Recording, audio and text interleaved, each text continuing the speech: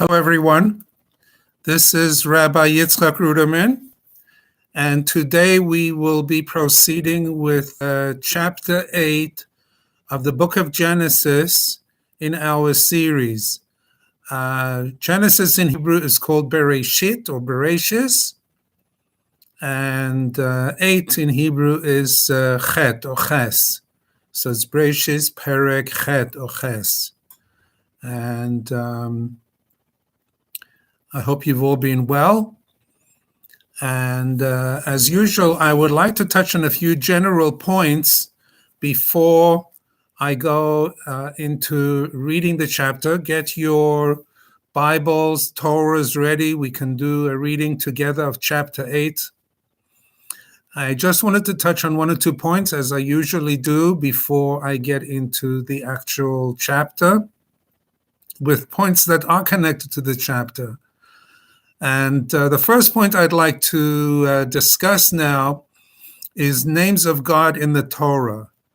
There are two main names of God, and I'm going to say those names and try to spell them out. Elohim. We don't pronounce the name Elohim, we say Elohim, but I'm saying it for educational purposes, so you should know exactly what it is, which means Lord. And Adonai, Yud, Hey, Vav, Hey. The Yud, in English it's written as Jehovah sometimes, or Yahweh, but we don't know the exact pronunciation of that name, and we are not supposed to pronounce that name. So instead we say Adonai, my Lord or my God. But both Elohim and Adonai in English translate as God. Okay, Elohim could be Lord and is Lord, but it's also God. And Adonai, Yud Hey Vav Hey, Jehovah, Yahweh, however people pronounce it, Jews just say Adonai, my God, my Lord, and Adon is a master. So Adonai is my master. And so whichever way you pronounce it, or it's pronounced, it means God.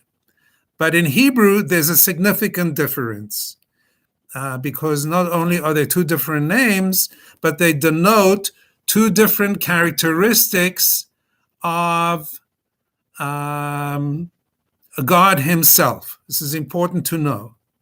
The word Elohim, the name Elohim, denotes God's attribute of justice. God has two main attributes. One is of justice, that's Elohim, and the other, Adonai, Yud Hey Vav Hey, is the God's name denoting God's name as merciful, mercy. So the one denotes Midas Hadin, the characteristic of justice. That's God's name of Elohim. And God's name of Adonai denotes Midat Harachamim, Midas Harachamim, the attribute of mercy. Two different things, like in the scales of justice, Lady Justice holding up the scales of justice and mercy. And what comes out of it is truth, hopefully. Incidentally, the three Jewish forefathers, as we'll subsequently be seeing, hopefully going forward, Abraham is the embodiment of the attribute of mercy, Midas Harachamim.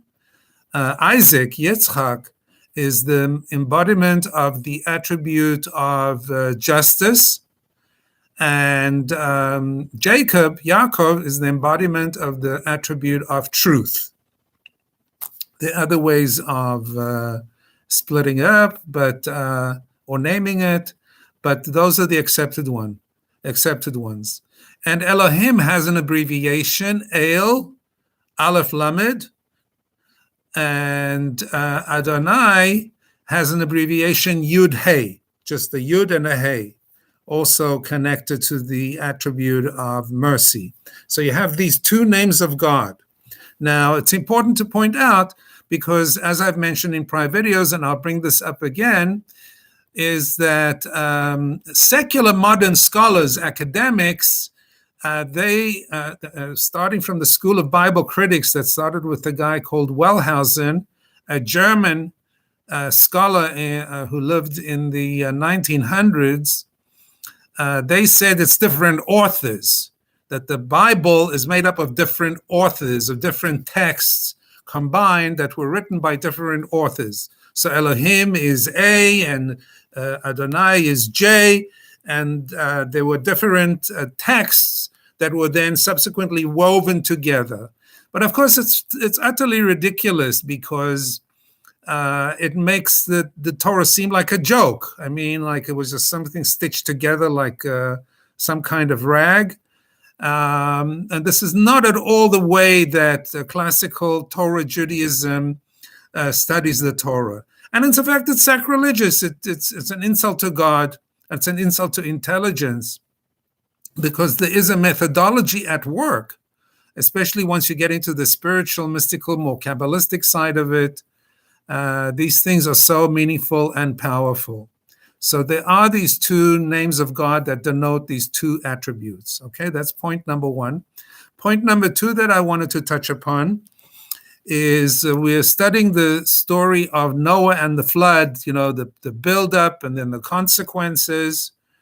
So I'm going to stress once again this question of a catastrophe or a Holocaust, because many people have great difficulty in accepting or understanding that God works in punitive ways as well as merciful ways. This is connected to his names. God, the judge, works as a judge. Justice can lead to capital punishment. It can lead to corporal punishment. It can lead to being jailed. It can lead to being fined. It can lead to being to lashes. All kinds of things people get as punishments, right? It can lead to exile. There's all kinds of punishments, and God, in his capacity as a judge, acts that way too. He punishes, he exiles, he executes, he has capital punishment, and likewise, God is a merciful God. Is merciful and has Rahmanis, as they say in Hebrew and in Yiddish, Rahmanut on people and on creatures and on the world. But there are times when God is judgmental and passes judgment on the world, as we've been seeing in these chapters about Noah, that God got fed up with humanity and decided to totally obliterate it. Now that's a Holocaust. So don't be surprised, for example, that there was even a Holocaust in modern times. I know I'm getting into something controversial, and this is very difficult for people to swallow. And even religious people, even very pious people, have great difficulty in explaining this to people, because I think a lot of times they're just afraid of frightening people off. But why should we be babies? I mean, as adults, we're used to mature adult topics of death and suffering and all kinds of difficult subjects. So there's a difficult subject on the national level, on the global level, that sometimes God acts as a judge, and he executes justice and judgment. And at that time, for example, as in the time of the flood, he destroyed all of humanity except for Noah and his family and the animals in the ark. So likewise, there can be periods of time. God promised he would never destroy the world again, as we'll see after the flood. But there are times when God acts as a judge and executes justice when he feels humanity and people have gone beyond the line, where they're basically not observing morality. Another thing that people don't like, morality, the 10 commandments. For Jews, it's 613 commandments, Taryag mitzvot. And much more. It could be even beyond commandments, for attributes, for character failings, all kinds of reasons. So we should not be shocked that there was a Holocaust, during World War II. And we should not be shocked that there is a tsunami, for example, that killed hundreds of thousands of people in our times. And we should not be shocked that tragedy happens and there can be terrible things that occur. That's God acting in his capacity as the God of justice. Now, sometimes it seems unjust, so we need to have a little perspective and put things in context. Was the person executing justice the right person, the right emissary? Did they have the right to do what they did? All these kind of questions are taken into account. For example, are the Nazis let off the hook because they were carrying out God's judgment? No, they are also liable. But at the end run of things, at the sof, at the end of everything, it was God's judgment at work. Okay, so I touched on that point. And then we also spoke about that there are 7 commandments that have been given to Gentiles, to non-Jews, starting from the times of Noah. Actually, even from the time of Adam, there were these commandments that were given. Some say there were 6, some say more. Adam was given, do not eat from the tree of knowledge of good and evil. And then some say that the 7 Noahide laws all come from that, but it's hard to see. It is a complicated subject of exactly how the 7 Noahide laws are derived. Remember, I said the 7 Noahide laws are not to worship idols, not to commit murder, not to commit sexual immorality, and not to eat the limb of a living animal, not to curse God, blasphemy is the word, and not to steal, and to set up courts of justice. So it's a complicated subject, but I did find a very useful website. It's called Ask Noah, AskNoah,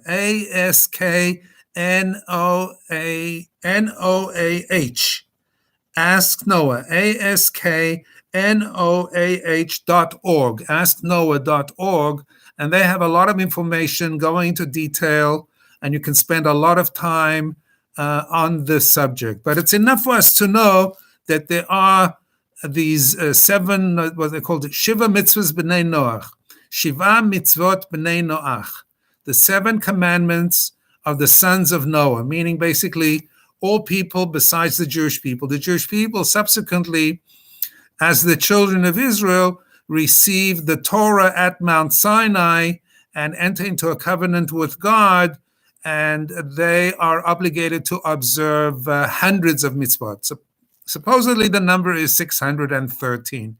Exactly which the 613 are is also a matter of dispute, but the children of Israel / the Jews are obligated in more mitzvot, more commandments. But humanity at large, this is as far as Judaism is concerned. I saw a cute comment on Wikipedia.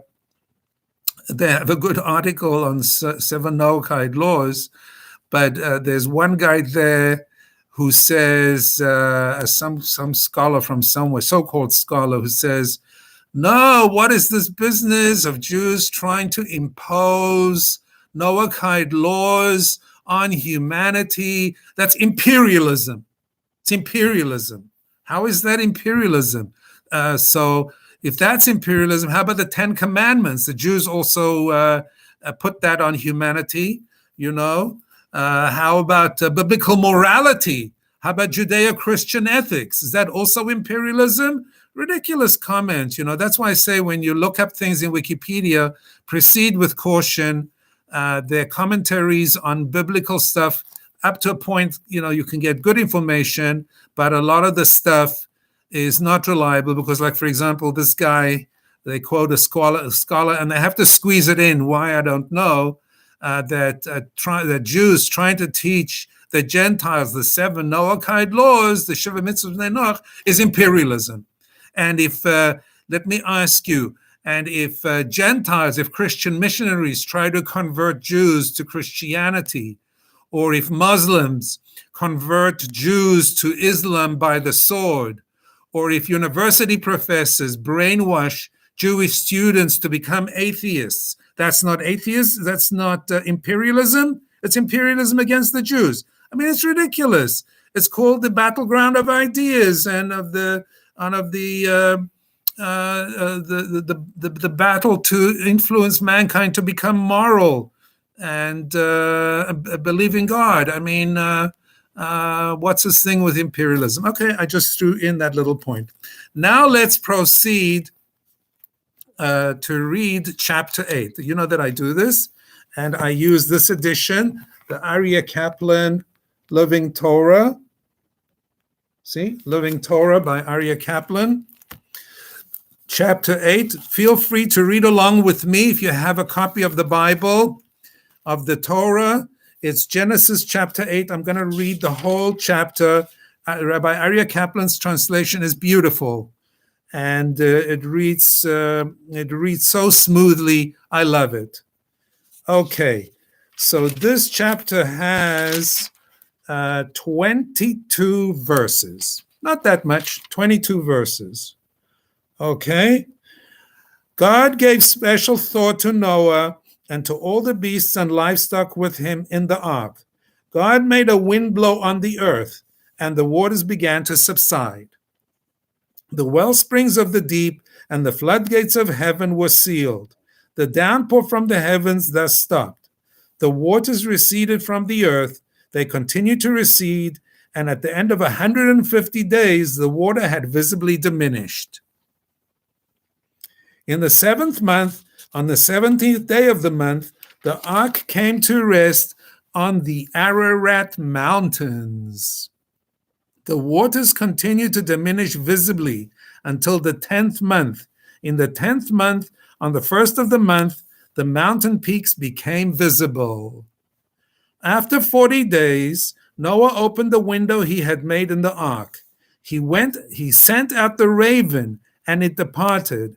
It went back and forth until the waters had dried up from the land's surface. He then sent out the dove to see if the water had subsided from the land's surface.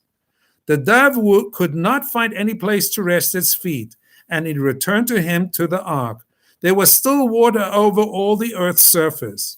Noah stretched out his hand and brought it to him in the ark. He waited another 7 days, and once again sent the dove out from the ark. The dove returned to him toward evening, and there was a freshly plucked olive leaf in its beak. Noah then knew that the water had subsided from the earth. He waited yet another 7 days and sent out the dove again. This time it did not return to him anymore. In the 601st year of Noah's life, in the 1st month, on the 1st of the month, the land was drained off, and Noah removed the ark's hatch. He saw that the land surface was beginning to dry. By the 2nd month, on the 27th day of the month, the land was completely dry. Now, Aryeh Kaplan has little section headings. So this is aftermath of the flood. God spoke to Noah saying, "Leave the ark, you along with your wife, your sons, and your sons' wives. Take out with you every living creature from all flesh, birds, livestock, and all land animals that walk the earth. Let them swarm on the land. They shall breed and multiply on the earth." Noah left the ark along with his sons, his wife, and his sons' wives. Every beast, every land animal, and every bird, all that walk the land, left the ark by families. Noah built an altar to God. He took a few of all the clean livestock and all the clean birds, and he sacrificed completely burnt offerings on the altar. God smelled the appeasing fragrance, and God said to himself, "Never again will I curse the soil because of man, for the inclination of man's heart is evil from his youth. I will never again strike down all life as I have just done. As long as the earth lasts, seed time and harvest, cold and heat, summer and winter, and day and night shall never again cease to exist." So that's the chapter. And I just want to touch on the last point first. It says in the last verse, Od kol yemei haaretz zera vekatzir vekar vecham vekayitz vecharef veyom velayla lo yishbotu. And it says, As long as the earth lasts, seed time and harvest, cold and heat, summer and winter. So seed time and harvest, that seed time is spring, harvest is the fall, the autumn, cold is winter, heat is summer. And this, they say, the commentators say, is the origin of the seasons, that prior to the flood, the earth had one steady, nice atmosphere, nice climate. And following the flood, God changed the atmosphere to create differences for people, including other changes, so that people shouldn't just sit back and relax and enjoy themselves, but people would then have to go through hardships and in turn call out to God. That's one of the commentaries. And that the ark came to rest on Mount Ararat. I'm not going to go into it as to where exactly Ararat is. Aryeh Kaplan in his comments here says somewhere in the mountains of Armenia, somewhere in Turkey today. Some put it in Kurdistan, but it's generally assumed to be somewhere in the area of Turkey, but nobody knows exactly. It's a subject of fascination. The Ark, Noah's Ark, is a subject of fascination for the world at large. For some reason, it has a hold on people's imagination and interest, but it does not interest Jewish scholars or Judaism. We're not really concerned exactly where the Ark is. Wherever it is, and whatever happened to it. It's really not important once the flood was done, right? Now, let's proceed to the next part of the program, which, as you know, what I then do is we study select Rashis. We go back on the commentary of about chapter 8, and we'll use the commentary of Rashi, Rabbi Shlomo Yitzchaki. He is a rabbinical commentator who lived 1,000 years ago in northern France, and his commentary is regarded as the most important, not just essential, but most important commentary for any Torah scholar, child, adult, layman, scholar. It makes no difference. Rashi is the starting point.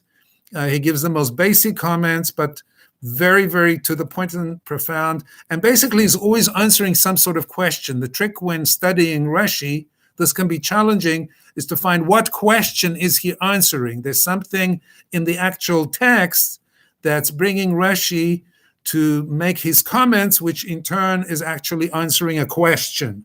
So Rashi is really answering questions that are implicit, implied in words, and you have to be able to pick them up. It's not always that easy. And his commentary is found not only in the Torah, on the Torah, but also in the Talmud. Anyone who studies Talmud in yeshiva, children, anyone, adults, scholars, everybody begins by studying the text. And in fact, the text is not even understandable without Rashi. Rashi literally is the key that opens the text. So we are really indebted to this great scholar. Incidentally, I read something interesting also in the Wikipedia article about him, is that he's buried in Troy, or Troyes, I don't know how it's pronounced in French, and he's actually today buried in the ancient burial ground, the ancient Jewish burial ground of Troy is under some kind of parking lot or some kind of park, and they've erected a little monument to say that here lie the remains of great Jewish scholars, including Rashi. So his burial spot, unfortunately, has been covered over. We know more or less where it is, but we do not have access to visit his grave because it's under some kind of concrete layer today, unfortunately. This is the story in Europe today, very, very common. and very unfortunate and very sad, because there was Jewish life in Europe stretching back not just 2,000 years. According to some sources, there were Jews in Europe going back 2,500 years ago, to the time of the destruction of the first temple, so more than 2,000 years. Okay, so let's take a look at Rashi. The first verse of chapter 8 says in Hebrew, Vayizkor Elohim et Noach ve'et kol hachaya ve'et kol habehema asher ito bateva. And Elohim, remember I told you there's two names of God, Elohim and Adonai. Elohim denotes what? Right. It denotes the attribute of justice, of God as the judge, Midat Hadin. And in fact, that's what Rashi says. Vayizkor Elohim ze Hashem Midat Hadinhu. So Rashi is answering the question, why does it use the word Elohim? Could have said Adonai. Could have used a different name for God. Why Badafka? Why specifically use the word Vayizkor Elohim at Noach vet Kol HaChaya? Why mention that name of God? So Rashi says, this is the name of justice. And what happened was, V'nepchala midat harachamim al yedei tfilat hatzadikim. And it gets turned over to the attribute of justice by the prayers of the righteous. The tzaddikim means the Jewish saints. They're able through their prayers to turn God from being strict and sit in justice to being merciful and sit and be a judge of mercy. And then the converse is also true. V'rishatam shel reshaim hafechet midat haracham lemidat hadin. And the evil of the wicked transfers or transforms the attribute of mercy into the attribute of justice. So the righteous are able to turn the attribute of justice into the attribute of mercy, and the wicked turn the attribute of mercy into the attribute of justice. So there you have it, and Rashi brings another few citations to prove his point. And it says that in verse 1, Vayavar Elohim ruach al haaretz. God passed a wind. What is this wind about? Ruach. A wind. Is it a breeze? Is it a southwesterly, a northeasterly, or whatever the winds are called? So Rashi says, that's to answer the question, Ruach tanchumim v'hanacha avra lefanav. A spirit of consolation, tanchumim, like the word Noach. That's his name. A spirit of consolation, v'hanacha, and relief and toning down, avra lefanav, passed before him. So God was put into a better mood following the flood. He relaxed, so to speak.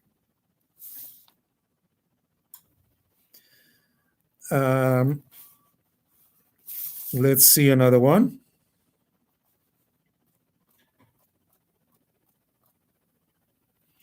Yes. Verse 2. And it says, V'yisachru mayanos toham va'arubot hashamayim. And the fountains of the deep were stopped. Kishaniftechu k'tiv, when they opened, earlier it said, Kol mayanos.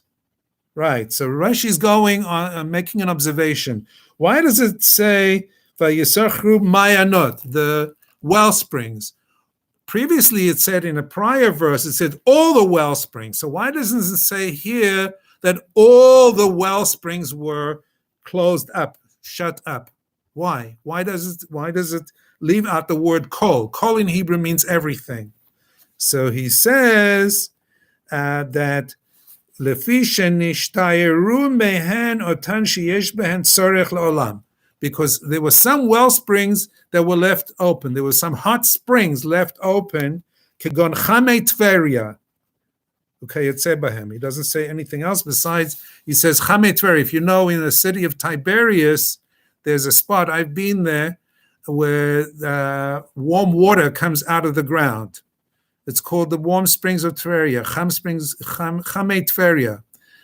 People who have, let's say, allergies and skin conditions try to go and soak in that water. It's supposed to be healthy. But there's that geyser in, where's it, Yellowstone Park, Old Faithful. There are some points on Earth where there are geysers and well springs still pumping hot water out of the ground. So some of them were still left open. That, by the way, was the type of water that came out of the wells and the well springs of the earth. I guess it was heated by the water that came out of the core of the ground, out of the earth, was heated by the core of the earth. You know that the core of the earth is hot, it's molten liquid. Nothing has ever been to the center of the earth. But we know as we dig down, there's lava and there's heat. The heat increases.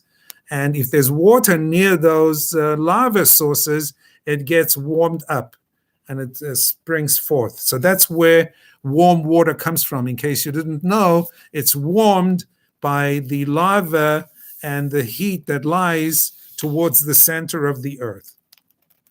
Then Rashi goes into a lot of calculations, because if you were paying attention, there's like a lot of mention of dates and days and months and years, and Rashi goes into that.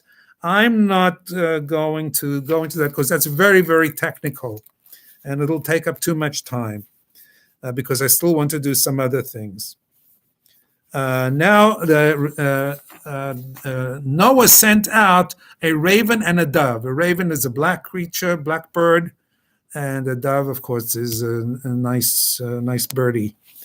And it says in verse 7, "Vayeshalach et ha'ara vayetze yatso vashov."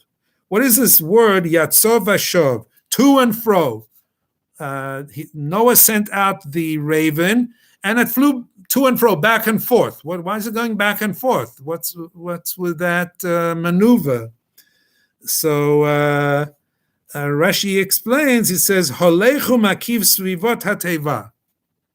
He went and he circled around the ark. V'lo halach b'shlichuto, and he didn't go on his mission. Noah sent him on a mission to find out if there's dry land. Fly out and somehow see, maybe bring back a leaf or something, some evidence that the land has dried. But no, the raven, it's a kind of crow, decided to stay near the ark and circled around. Why? And this is from Midrashim, also stated in the Talmud, Gemara Sanhedrin. V'lo halach b'shlichuso shehayachashdo al bat zugo. Kamo sheshaninu ba'agada, as we learned in the Aggadic sections of the Talmud. No, what was this crazy bird thinking that Noah would somehow do something immoral with its mate?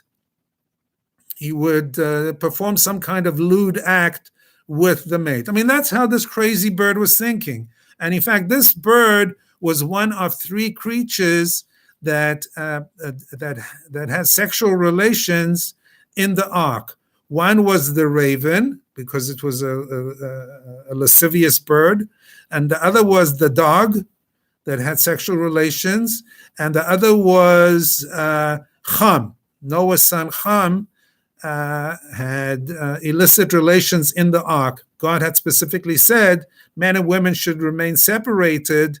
But these are the three famous cases that had sexual relations in the ark. Then we go on to Vayeshalach et hayonah l'sov zayin yamim. After 7 days, he sent out the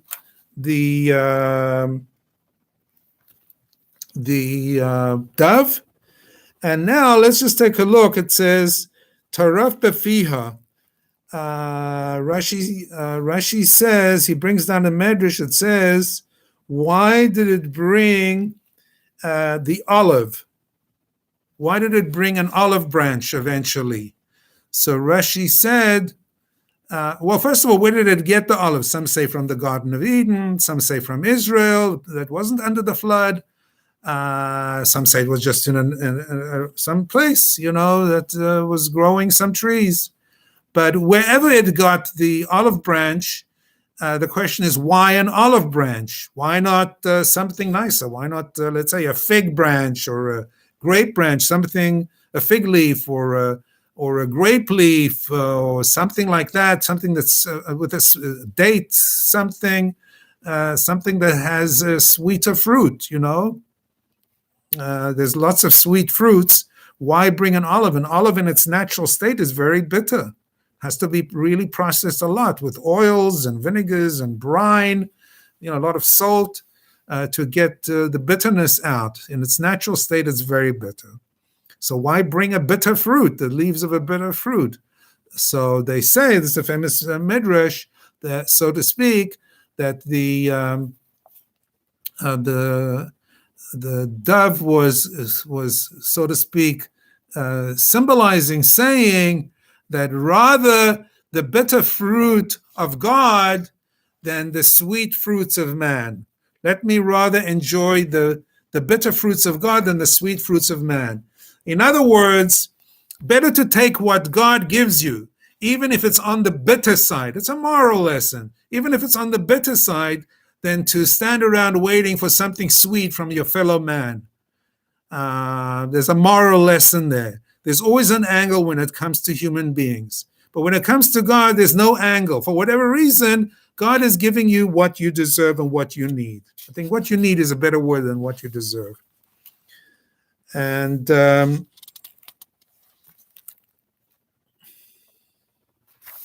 yes, more discussion about the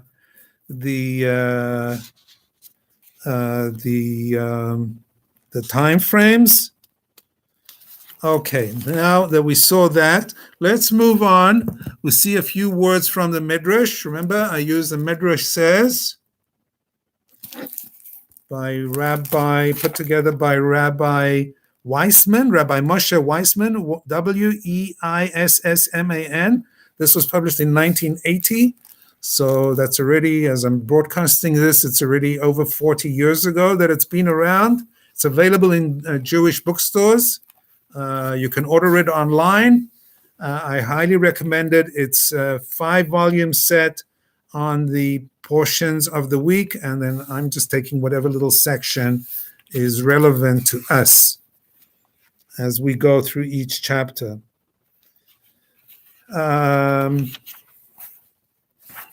He says here that Noah, by his choice of the raven, was like taking a little dig at God. Of all the birds Noah selected, the raven, in order to send a silent message to Hashem, Master of the universe. I know you are compassionate, but you had no mercy on your sons and acted cruelly like a raven.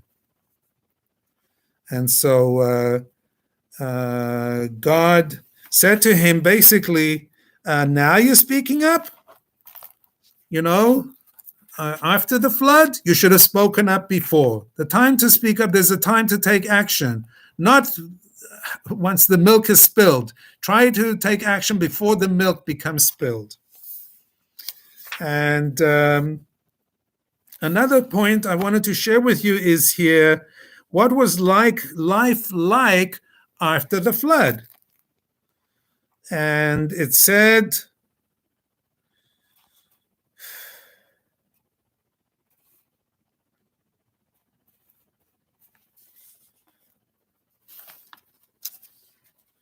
when Noah set foot on the ground, he did not recognize the earth which he had left a year ago. He saw himself surrounded by an immense barren wilderness. Well, you can imagine, everything was wiped away by the flood. Noah wept. Master of the universe, he cried out. You are called compassionate.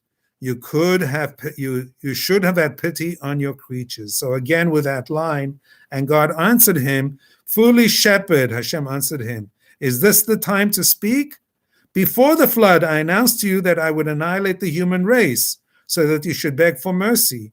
But when you learned that you would be spared, you neglected to entreat me on behalf of your fellow man. How dare you open your mouth before me now? And then Noah offered up sacrifices, and we'll see what that's about in a minute. I'd like to take a look at now some extracts from the Zohar. Like I said, don't get excited. Happens to be, fortunately, I have this English translation of the Zohar. It's very, very readable. Very, very readable. Published by Sansino Publishers. And a lot of it is not understandable, I must admit. But there are nice little passages here and there that make it enjoyable and really geschmack, as they say. It adds flavor. It adds some little spicing. So let me do, if I may, a couple of passages from the Zohar. This is a verse from chapter 8, verse 20. Chapter 8, verse 20, and Noah built an altar unto the Lord, and took of every clean beast and every clean fowl, and offered burnt offering on the altar. So the Zohar is quoting a verse from the chapter 8. Again, as I've said before, and if you're listening to me again, the Zohar is a supra commentary. It's a deep commentary on the Chumash, on the Torah. It's not something, well, there's Torah, and there's mysticism, and there's Kabbalah, and it's all one. All Torah is one. Whether we understand it or not is a different question. Great scholars understand more. Lesser scholars understand less. People who know very little understand very little. It's a continuum of knowledge and of understanding. So the Zohar is not something extrinsic to Torah. It's intrinsic to Torah. It's a commentary on the Torah. And as you see, we are quoting a verse about Noah building an altar and offering animals. He took 7 of the clean animals, if you remember, for offerings, and now he's offering them. Now, the Zohar says, the altar that Noah made was the very same on which Adam, the first man, offered up sacrifices. They say he found the spot, he cleaned it up, he rebuilt it. Why did Noah bring burnt offerings? So the question is, why did he bring burnt offerings in the first place? Seeing that a burnt offering is brought only to counteract wrongful thoughts. Sacrifices are brought for different things. It's atonement, kapara, for different things. For maisa, for deeds, for machshava, for thoughts. So this type of offering is brought usually for a person having wrong thoughts or a kohen having wrong thoughts. Was then Noah guilty of such? What wrong thoughts? And now the Zohar is going to go into the psychology of Noah. How do they know this? Important point, very important point. It's called Ruach HaKodesh, the Holy Spirit.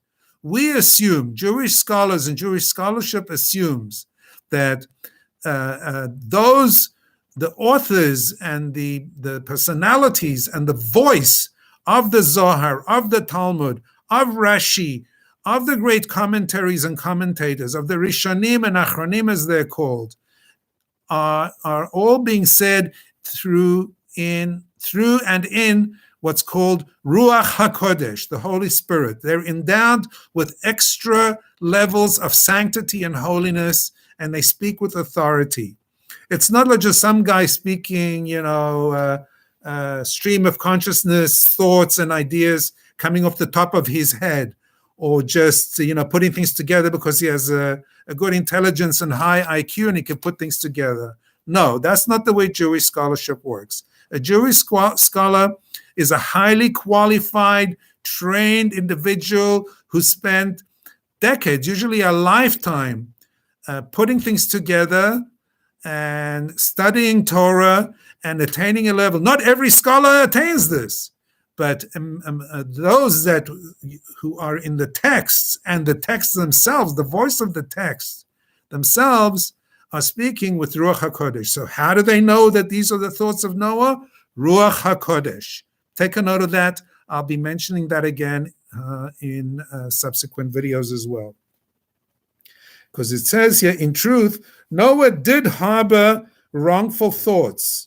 What were they? Since he said to himself, behold, the Holy One, blessed be he, God, has decreed the destruction of the world. And who knows but that through my being saved, I have used up all the merit which I had accumulated. He's worried that he used up all his merits, because he too wants to go to Gan Eden. What do you think he's concerned about? He wants to have eternal life. He wants to live on forever in the Garden of Eden and Olam Haba. He therefore hastened to build an altar unto the Lord. So as an apology for having the thought of, maybe I used up all my merits, and he shouldn't have thought that. Like he's suspecting God of, well, I don't have any more brownie points in heaven. I used up all my credit with God. Oh, what's going to happen to me? No, he should have had more confidence than that. And because he had that negative thought, he built an altar. And the altar was the very same on which Adam, the first man, offered up sacrifice. But as the wicked had wrenched it from its place, Noah had to rebuild it. So I said that Noah rebuilt it. So that's the first point from the Zohar on verse 8, chapter 8, verse 20 in the Zohar. Now, chapter 8, verse 21 says, and the Lord smelled the favor of appeasement. Okay? That the Lord smelled the favor of appeasement. Let's see the reach hanichoach, it says, the nice smell of the... God smelled the appeasing fragrance, Aryeh Kaplan has. You see there's nuances in the translation. And it says here, the Hebrew, the Yarach Adonai, and God smelled, he imbibed the odor, et reach hanichoach. Yarach et reach hanichoach. It's also poetic. Vayarach Adonai et reach hanichoach. The reach, the odor, the pleasant smell, hanichoach. Also the word noach, nichoach here means pleasant, nice. What's the translation he uses?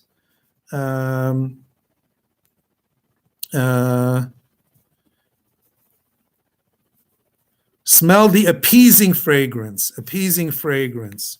Let's see what the little note says. Appeasing fragrance. Nichoach in Hebrew related to the name Noach. Others translate this as pleasant fragrance, or scent of satisfaction, or expression of compliance. It means that God was pleased with the sacrifice, right? So let's get into that, because it also goes into the subject of sacrifices, which I've discussed in prior videos, of what is it behind sacrifices that's so important to God? Why does God need the sacrificial offerings? And it says that the smell was nice in God's nostrils, God, so to speak. It's a metaphor. We don't mean that God actually has hands, or there's a word for it. I'll have to think of that word, but it's, oh yes, here's the word. Anthropomorphism. It's an anthropomorphism. When we attribute physical attributes to God, it's called an anthropomorphism in fancy English. Like we talk about God's hand, God's eyes, in this case, God's nose, God's smelling. God doesn't smell, God doesn't have a nose, God doesn't have eyes. But in our terms, to help us with our conception of how in God's domain, so to speak, Kavayachol, God smells and God hears and God sees and God acts. So we are given explanations to help us along the way. So the Torah says God smelled the flavor, the savor of appeasement. And it also says a fire offering, that a fire offering is a savor of appeasement in the book of Leviticus, chapter 1, verse 13. Now, let's see how much of this I can cover. With reference to the term fire offering, we have heard the following. Fire and smoke are joined together, right? With the offering, there's fire and there's smoke. And the Zohar says something, you think that English invented this? There being no smoke without fire. Where there's fire, there's smoke. Where there's smoke, there's fire. Right? Where there's smoke, there's fire. There being no smoke without fire. That the Zohar already says, and the Zohar was put into written form. It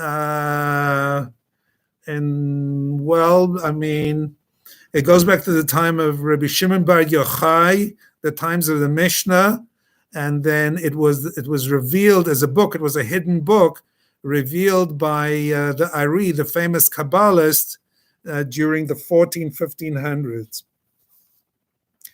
For as it is written about fire and smoke, right? Now Mount Sinai was altogether on smoke, because the Lord descended upon it in fire. That's in the book of Exodus, chapter 19, verse 18. God descended on Mount Sinai in fire, so to speak, and so therefore there was smoke. It is in this way. Fire, being very tenuous, issues from an inmost part. Now the Zohar is going to go into a physics analysis of the relationship between fire and smoke. And remember, a sacrifice is something that's burnt. There's a fire that burns the body, let's say, of a sheep that's being consumed. It's the same word for being consumed by fire or consumed by eating, but consumed by fire. And then there's a smoke and there's an aroma, right? So fire, being very tenuous, issues from an inmost part. So fire is something that's very much on the inside of the fire-smoke nexus, and then takes hold of some substance outside, which is less tenuous. So then fire takes hold of something that's a little bit further, and by the junction of the two, smoke is engendered. Fire and whatever is burning, the fire itself, the flame, sometimes the flame is even detached. It's not even connected to the substance, but whatever substance is connected to, it creates smoke. So the fire and the sacrifice create the smoke. And now he's going to go, he gives an example. An example is the warm breath that issues from the nostrils. For example, the warm breath that comes out of a person's nostrils. Hence it is written, they shall put incense in thy nose. Deuteronomy 33, verse 10. That there's also an incense offering that goes into, so to speak, God's nose. That is, they shall act so as to cause the fire to recede in its place, since through the smell of the incense, the nose contracts inwardly. So what happens when you breathe in incense, you breathe in an aroma, the nose contracts inwardly, you breathe in, right? It closes in. We go into the mentality even of smoking.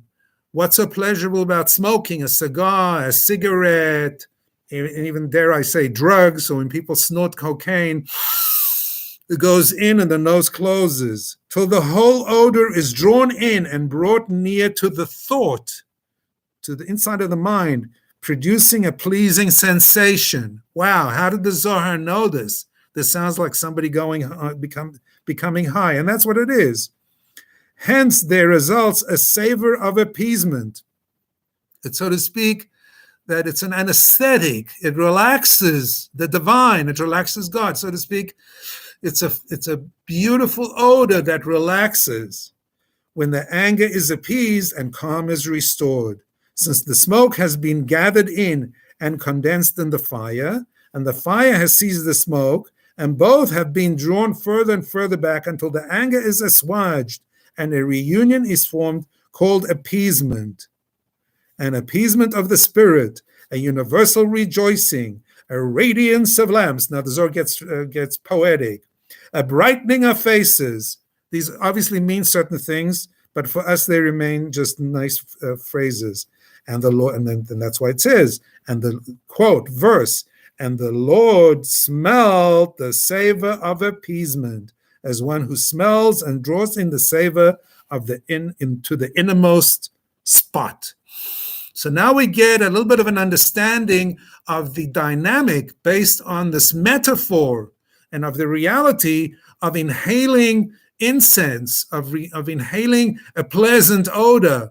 It goes inward and it calms the mind, it calms the senses, it numbs the senses, literally.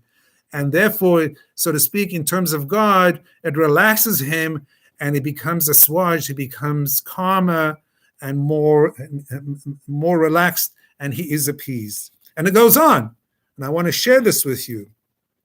Rav Yosef then approached a lad, and some talk about a lad, somebody who's teaching them, obviously some kind of mystical character, maybe it's Elijah the prophet, and kissed him, saying, to think that all these precious goods were in your holy possession, and I was unaware of it. He further said, I will go out my way to remain in the company. Okay.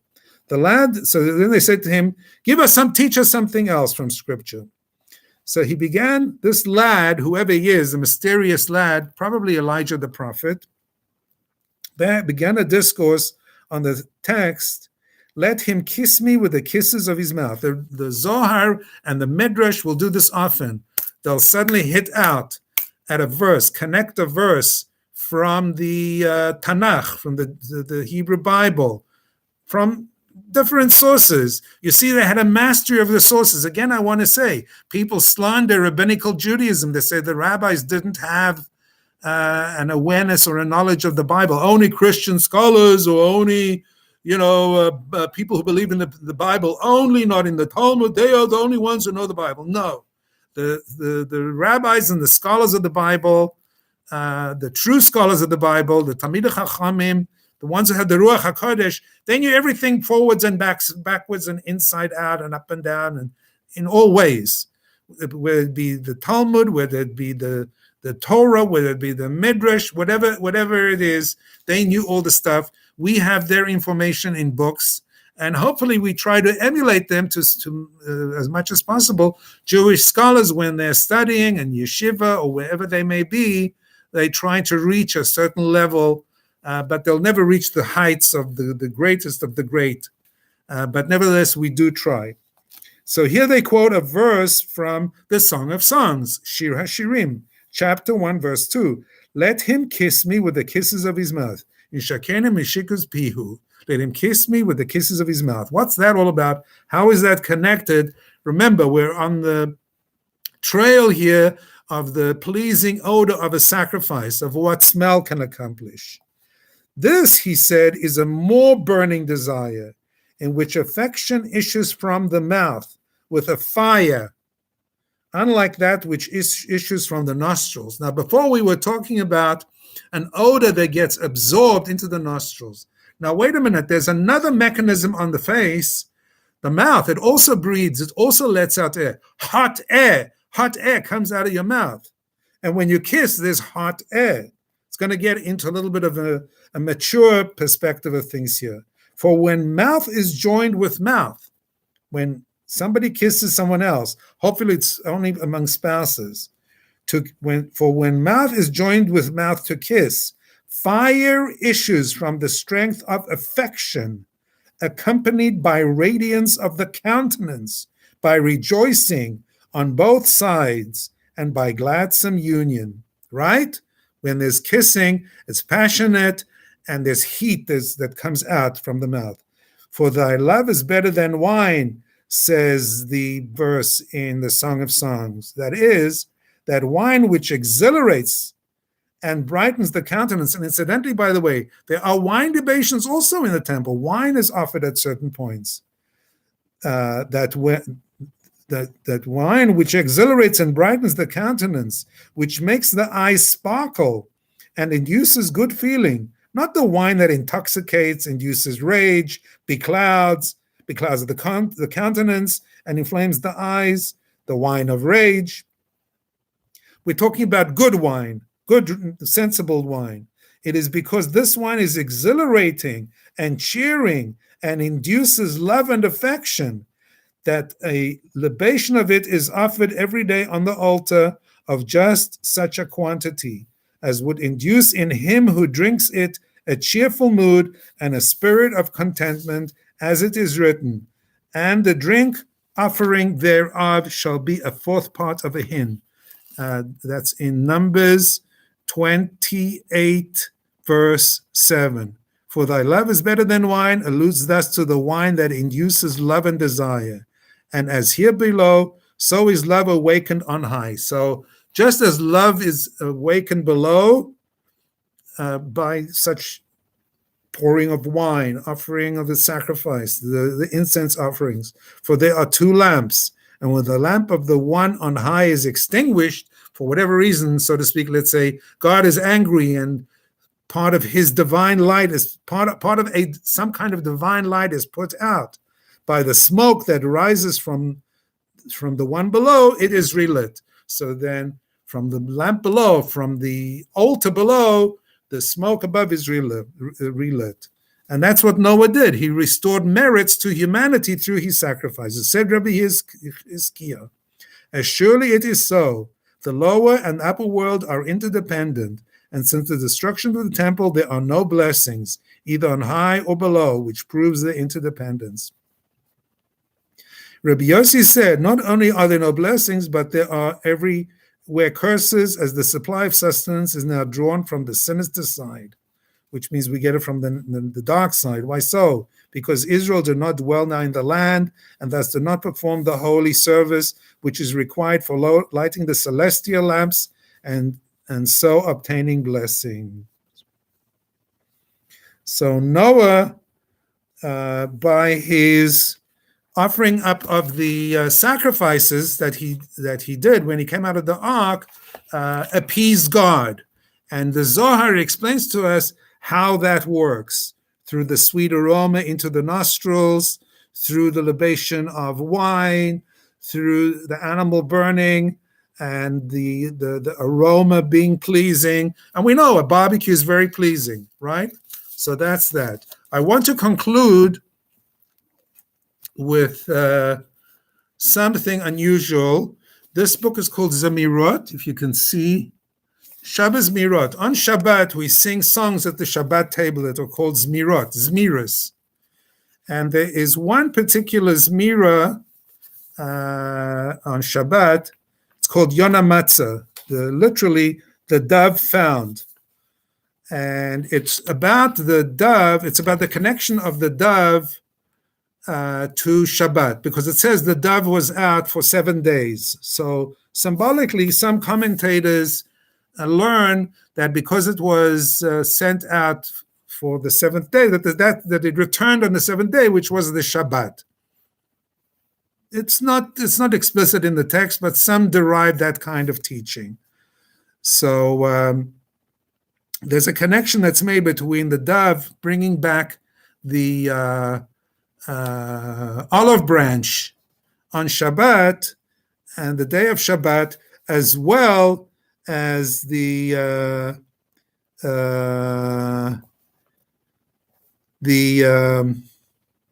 fragrant odor of sacrifices. It combines the message of the dove with the message of the sacrifices.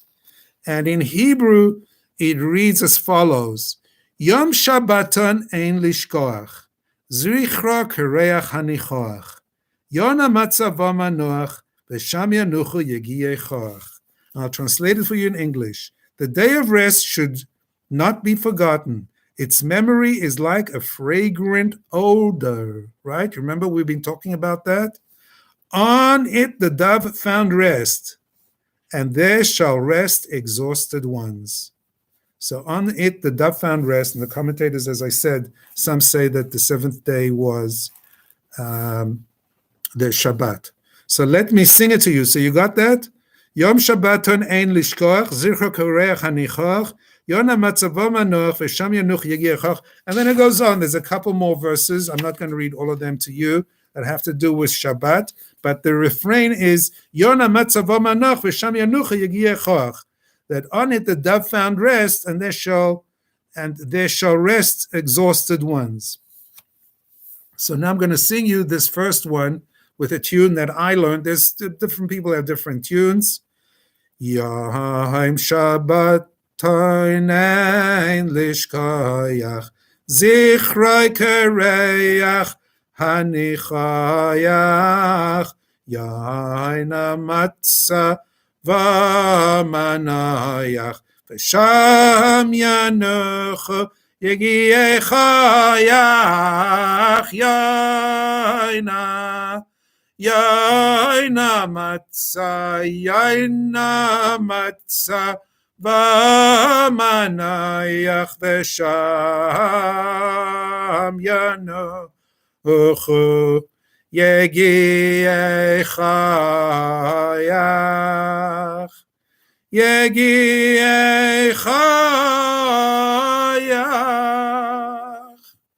Thank you so much.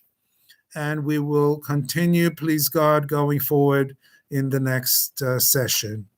If you need to contact me, my email is rudomin@jpi.org or rudomin@att.net. Thank you and be well. Bye.